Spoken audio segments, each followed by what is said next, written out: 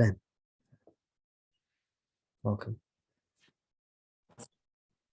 Thank you. Yeah, mindful of the time. I'll keep it brief. Just want to share. Okay, you take your time. Take your time. Yeah, just to share a fantasy in terms of trying to integrate what you have shared in the last hour with some modern-ish science about basically we have just been talking about different brain waves effectively. It sounds like this Jagrat Shukti state is most likely just theta, T-H-E-T-A, theta brain state, and a deep sleep would be delta, that would be really sleeping. So it seems like just moving the brain state towards a certain Greek letter that we can actually easily measure with some gadget for a few £100 on Amazon.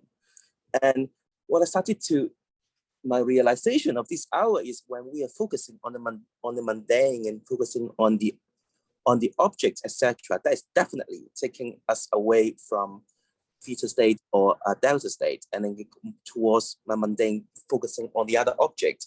So, yeah, to me, it's just a bit of modern science in a sense, but looking at it from a different angle, I started to realize what you've been sharing actually agrees with my understanding of modern science as well. So, and then my fantasy of them is how do we actually integrate the kind of the latest technology and stuff? Maybe we can buy some of these gadgets, and when we do this self-inquiry, who am I sort of thing, and then measure our heart rate variability, heart rate variation, we can measure for like £150 on Amazon, and then other things, and then we can get to this jhana samadhi state quicker.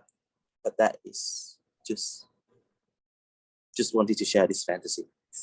I know, no, well, I get what you're saying. I get what you're saying, Ben.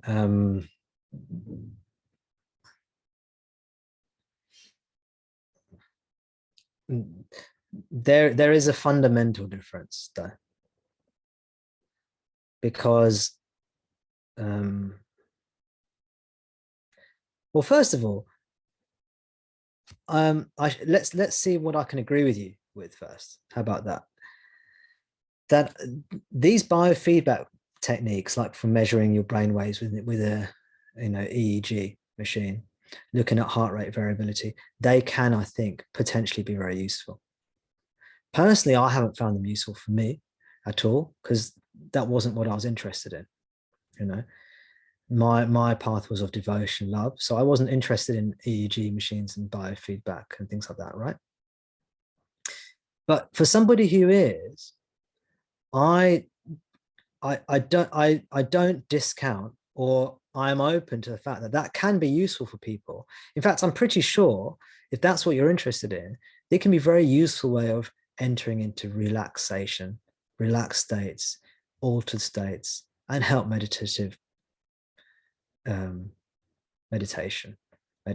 help you enter meditative states, things like that, right? So I think these technologies, this kind of feedback may be very useful for some.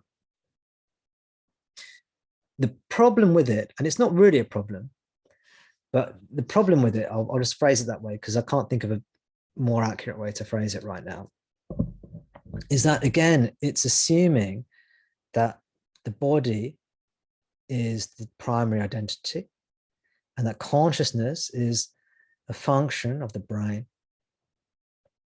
or a emergent phenomena from the biological organism, right? Which is ignorance. Which is ignorance.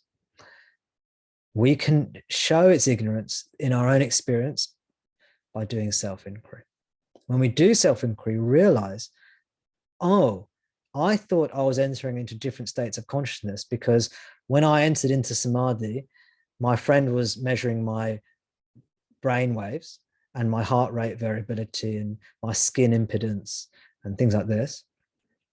And when I went into that state on Tuesday, my brain waves went theta. And when I went to that state on Wednesday, my brain waves went delta. And then when I did the Tuesday thing again On Thursday, it went back to the same way. So, you know, there's a correlation, right? So it starts to build an ideology or a theory of the consciousness being essentially a biological phenomenon, an emergent phenomena of the physical organism, right? And that's a fair hypothesis. That's a valid hypothesis. There are basically two competing hypotheses we have here. One is that consciousness is an emergent phenomenon of the brain, and the biology is primary, and the consciousness is a development of complexity in biology. And the second basic theory is the idea that consciousness is first, and this body and mind and world is actually just an appearance in that consciousness. Oh, you just disappeared, Ben. As I said, oh, there, you're back again. Good.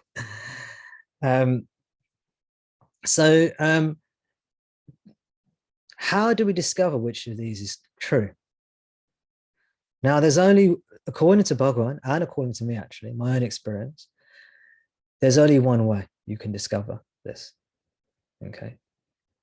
The only way you can discover it is through self-inquiry. You go into this yourself, and this will remove the idea or the theory.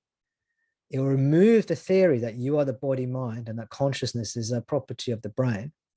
It will remove that from you, because you discover in your own experience, in quotes, as I've just explained today, that actually that is not the case. So what it reveals that actually the identity as I am body, mind is actually not what you are. It reveals what your true identity is. And for that, you do not need any so-called science. Science meaning external science. It is actually a totally scientific method, because you discover it yourself in your own experience, which is very scientific, because science is based upon actually evidence, and evidence is actually a form of experience. Evidence is a particular type of experience. We call that evidence. And it's mediated by our sense organs in external sciences, as opposed to the inward science of Brahma Vidya, knowledge of the absolute. Vedanta is often called the inward science. The external science is mediated by sense organs. But what if this is a dream? What if we're in the matrix? What if this is a simulation? What if this is a projected reality? Then our science would just be, if we're in a dream, then our science is just dream science. If we're in the matrix, it's just matrix science. Now, if we're in a simulation, we're just learning about the parameters of the simulation we're in. Do you see? And what Bhagavan's technique is, which is the ancient technique of Vedanta. Bhagavan's teachings are the same teachings of Vedanta, the same teachings of the Buddha as well. The only major difference we have with Bhagavan's teachings is that he was much more recent, and we have his own written works. He's written works by his own hand, and we have them. They're not distorted. Whereas the Vedanta teachings, the Buddhist teachings, they get distorted over time. So even though they're very clear, the interpretations now over thousands of years are many and varied. Now there is different schools of Buddhism and different schools of Vedanta. They all teach something slightly different. That hasn't happened to Bhagavan's teachings yet. You know, probably will. And in fact, it's already happening. Most people who teach Bhagavan's teachings don't teach the same as what I teach. They teach something subtly different. Most people who teach Vedanta do not teach what I teach. They teach something different. There are a few, I believe, that do. People have told me there are other people who teach the same thing, but they're rare. They're the minority. There's a quote in the text there's another text called Self-Inquiry. I think it's in that text, Self-Inquiry, where somebody says, I find it very difficult to accept that the body, mind, and world are total illusion, fabrication. And Bhagavan's response is, it is without any doubt, it is totally definite that the body, mind, and world are totally and utterly illusory. You can discover this for yourself by doing self-inquiry. The problem is, unless you do that self-inquiry, you will not discover that. And you will be attached to the idea that you are the body mind, and you will base all your conclusions on the I'm the body mind idea. But remember this, Ben, there are two competing theories. One is the body mind is primary and the consciousness is emergent phenomena. The other one is consciousness is primary and the body mind are just an appearance in consciousness, right? Can you agree with that? I also maybe there's a third way. Maybe that it doesn't need to be Emma. Yeah. It's true. It's true. They're two competing theories, but there could be dozens of other theories as well. But if we just, rather than talking about dozens, if we just narrow it down to two, just for the sake of the conversation, you're right. There could be a third option. There could be a fourth option. There could be a fifth option. There could be options that are beyond our scope of mind that we can't even think of, right? But let's just say we've got Bhagwan's theory on one side, and then we've got the common sense or the commonly held view on the other hand. Yeah. We don't actually know which of these two are true. Basic, is the world an illusion or is the world real? We don't actually know which of these are true. But what most people do, they believe, hook, line, and sinker, means they totally believe that the body mind is real. And they cannot entertain, or many of us cannot entertain the idea that it might be an illusion. Whereas Bhagwan is saying that that second theory is actually true and we can discover it for ourselves. What do you think of that, Ben? Yes, a lot to integrate, but just